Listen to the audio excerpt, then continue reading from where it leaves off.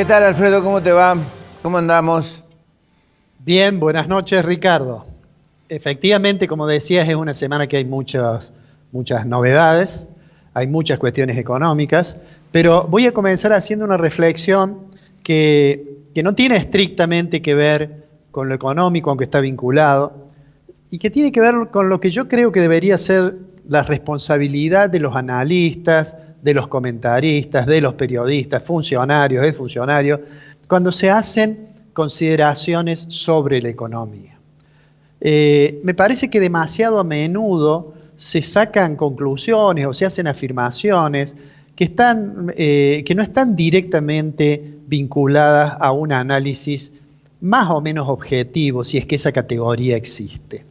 Y lo voy a hacer con referencia, seguramente esto me va a merecer algunas críticas de aquellos que son partidarios del gobierno anterior.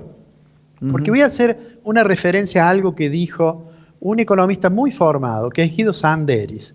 Guido Sanderis fue presidente del Banco Central desde septiembre de 2018 hasta unos días previos a que el expresidente Macri dejara el gobierno. Fue presidente del Banco Central, tiene formación, es economista, estudió en la London School, es doctorado en Columbia. Nadie puede negar que tiene una formación teórica sólida. Pero, ¿a qué me quiero referir con una declaración de él? Hace unos días el Banco Central de la República Argentina decidió que los bancos podían tener dentro de su encaje, hagamos la aclaración para aquellos que no lo recuerden, el encaje es la parte del dinero que los bancos captan y no pueden prestar. Hay un porcentaje de eso que no lo pueden prestar.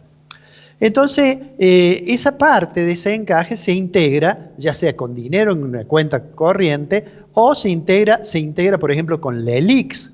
Las LELIQs son esos títulos, esas letras de liquidez que el Banco Central le vende a los bancos. ¿Para qué le vende a los bancos el Banco Central? Bueno, porque trata de sacar dinero de la economía cuando ha crecido mucho la cantidad de dinero. Entonces coloca las LELIQ, con eso los bancos le dan dinero, pero a su vez les permite que lo tengan dentro, que sea computable dentro del encaje. Esas LELIQ son las que en una oportunidad el presidente Fernández dijo que con los intereses que costaban esas LELIQ le iba a aumentar las transferencias a los jubilados.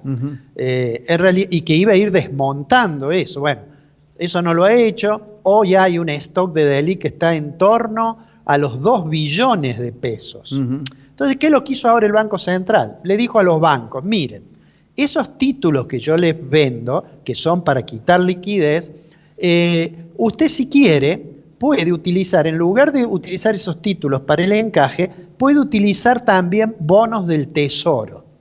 ¿Cuál es la diferencia? Que la LELIQ es una deuda que toma el Banco Central, los bonos del Tesoro es una deuda que toma la tesorería, ¿no es cierto?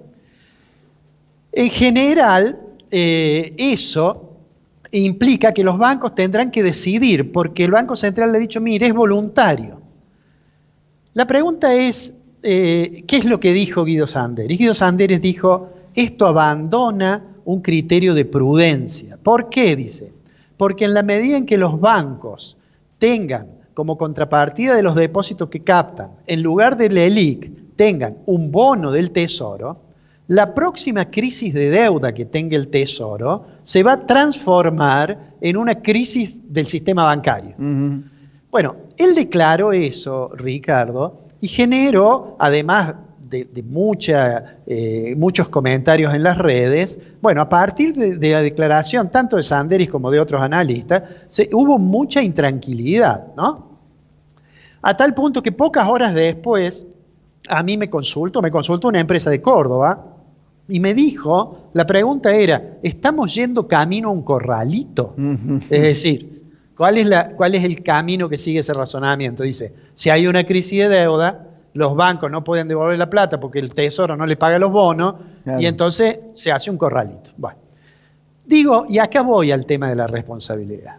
Ni bien salió esta decisión del Central, A mí me consultaron, antes que estuvieran estas versiones de Corralito, me consultaron por qué hacía eso el Banco Central.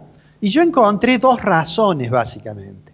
Una, que el Banco Central le quiere mejorar la rentabilidad a los bancos. ¿Por qué? Porque los bonos seguramente tienen un rendimiento más alto que las LELIQ. ¿Por qué? Porque el riesgo soberano, el riesgo de los bonos, es más alto que si el deudor es el Banco Central. Entonces digo, esa es una cosa.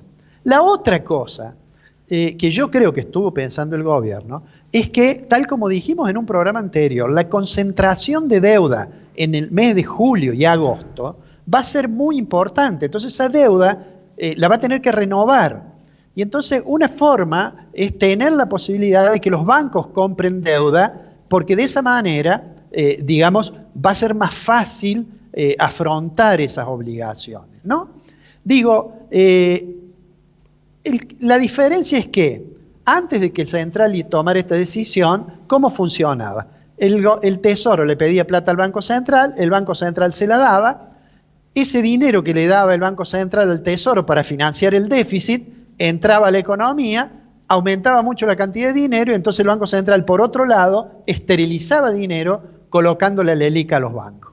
Ahora es como que lo que se pretende es que directamente los bancos tomen los títulos. Entonces, digo esto, me parece que hay una responsabilidad, que no se puede opinar, más cuando se trata de una persona que ha tenido responsabilidades tan grandes, porque la primera conclusión es la consulta que me hizo ese empresario, que había tranquilidad hasta ese momento en la empresa, una empresa no tiene problema, pero se preocuparon porque el encargado de la parte financiera le habló y le dijo, me dicen que con esto es probable que vamos camino a un corralito.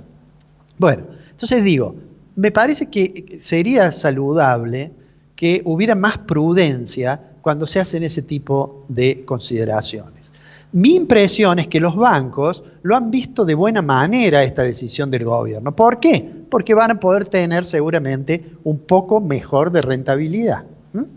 Entonces, bueno, cierro esto diciendo, sería bueno mayor responsabilidad de la gente que tiene formación para hacer un análisis serio, digamos, ¿no? Alfredo, y ahora vamos a... Sí. Alfredo, te hago una consulta.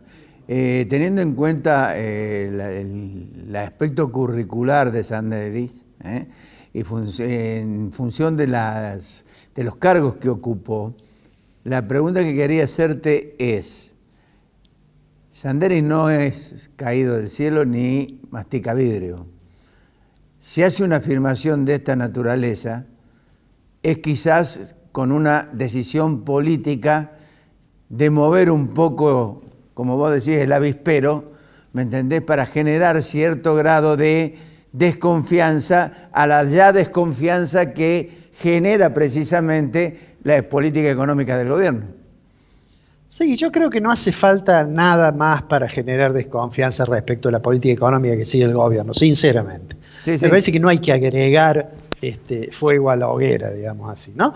Pero me parece una imprudencia, sean por las razones, digamos, que fueran. Lo cual no quiere decir, con esto no quiero decir que no pueda haber una crisis de deuda en Argentina, cuando estamos, que como vos señalaste recién, ayer Argentina no atendió el vencimiento del Club de París y tenemos 60 días para ver si podemos zafar de caer en default.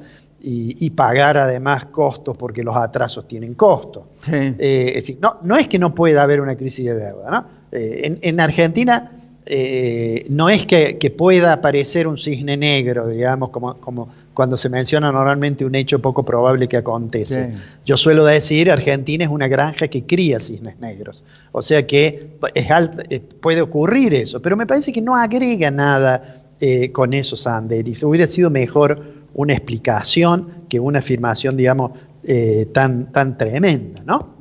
Pero bueno, yo creo de todos modos que la situación, por supuesto, es sumamente delicada, y acá voy a hacer referencia a algo que dijo el presidente hace algunas horas. El presidente hace algunas horas, en un acto que entregaba viviendas, mencionó dos cosas que le preocupaban. Uno, la pandemia, que obviamente nos preocupa a todos, y dijo que él creía que con la vacuna probablemente se pueda resolver eso, y ojalá esto sea así. y además aparece como probable que así sea, porque hay en algunos países donde da la impresión de que está cediendo. Y lo otro que dijo que le preocupaba era la inflación, y dijo, nos ocupamos de eso, pero no dijo cómo. Entonces aquí quiero puntualizar 2 o 3 cosas. La inflación va a seguir siendo alta. Este mes es altamente probable que lleguemos con más de 3,5%, entre 3 y 4% de inflación. Nos vamos a olvidar del 29% del ministro Guzmán. Van a resurgir las pujas distributivas, la discusión por paritarias, etcétera, etcétera. Sin embargo, los primeros meses del año, aunque no lo ha dicho el gobierno, ha hecho un ajuste. Aunque el gobierno no lo dice porque la palabra ajuste le suena políticamente un poco incorrecta, sin embargo, el déficit del cuatrimestre fue poco más del 10, el 11% del que tenía presupuestado. ¿Por qué fue así? Porque aumentaron los ingresos, y los ingresos aumentaron por los derechos de exportación, la soja voló y las retenciones son más, porque aumentó, por la inflación aumentaron los impuestos cuya base está ligada a las ventas, como es el caso del IVA, porque puso nuevos impuestos, o sea, los ingresos aumentaron. Y por el lado del gasto, bajaron porque en realidad las jubilaciones crecieron menos, el salario del sector público creció menos, las transferencias al sector privado, pues, tanto las sociales como las económicas, crecieron menos, y entonces eso es un ajuste. Eso ha logrado, digamos, disminuir las necesidades de financiamiento. Pero ahí no se agota, no se resuelven los problemas. Mi convicción es que vamos a tener un mes, cuando veamos el dato de abril, vamos a tener una inflación que va a estar entre el 3 y el 4%. Eso es lo que dicen la mayoría de quienes estiman. Y ahora, ¿y cómo va a andar el nivel de actividad? O sea, con inflación vamos a estar mal, ¿no? Con reservas mejoramos un poquito porque el central ha comprado dólares. ¿Cómo vamos a estar en nivel de actividad? ¿Cuándo vamos a volver a hacer lo que teníamos antes de la pandemia? Bueno, la OCDE ha sacado, la Organización de Comercio ha sacado una estimación de cuánto van a tardar los países en el mundo para obtener el Producto Interno per cápita, es decir, la cantidad de riqueza que se crea en un año dividido por los habitantes. ¿Cuánto va a pasar? Y mira, ahí tenés la placa que ha puesto el director. Si te fijas, China ya recupera, ¿no? Ya está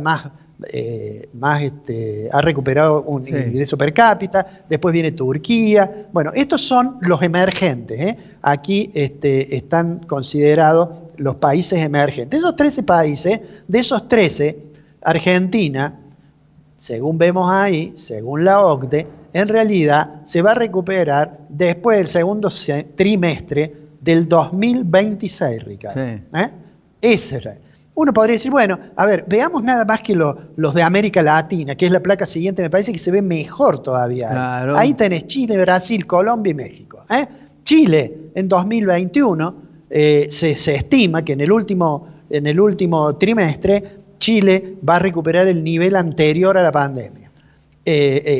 Medido esto como Producto Interno Bruto per cápita. Brasil lo va a hacer a finales del 2022, lo mismo que Colombia.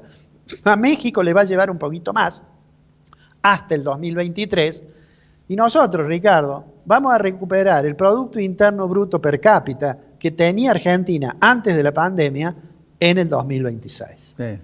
Sin lugar a dudas, esto es lo que muestra, y más allá de que las proyecciones siempre hay que tomarlas con cierto cuidado, muchas de las proyecciones se van corrigiendo, pero lo que está detrás de esto es que todo el mundo ve la situación económica de Argentina como una de las más frágiles en el concierto de los países de América Latina. Y eso nos tiene seguramente que llenar, digamos, de preocupación.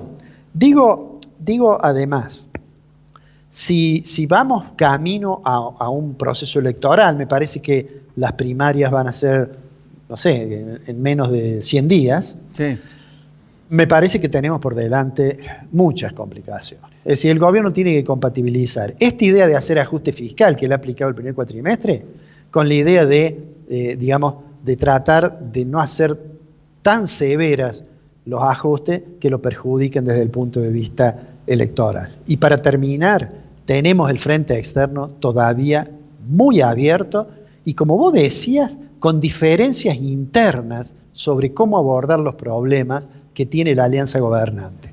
Y eso seguramente, Ricardo, no es bueno. Vos sabés que estaba pensando en 2026. 2026 implica mucho tiempo y que debe ser mirado con mucha atención por parte de los inversores, particularmente aquellos que eventualmente tienen dinero para invertir y para poder llegar digamos, a la Argentina con buen dinero. Pero también hay un dato significativo, es la parte socioeconómica.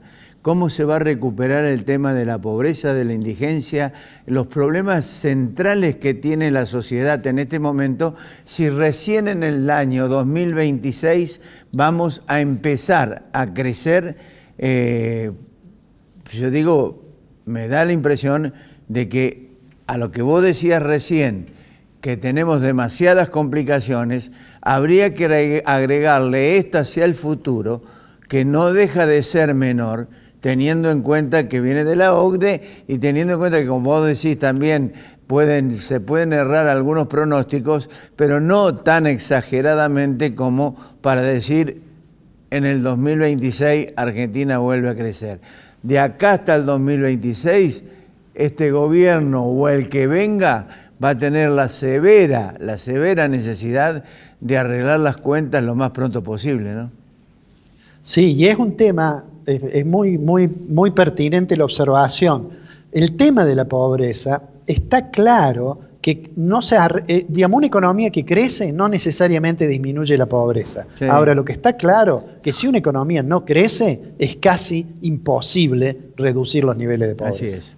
Alfredo, un abrazo grande, nos encontramos la próxima semana. Hasta la semana que viene. Chau.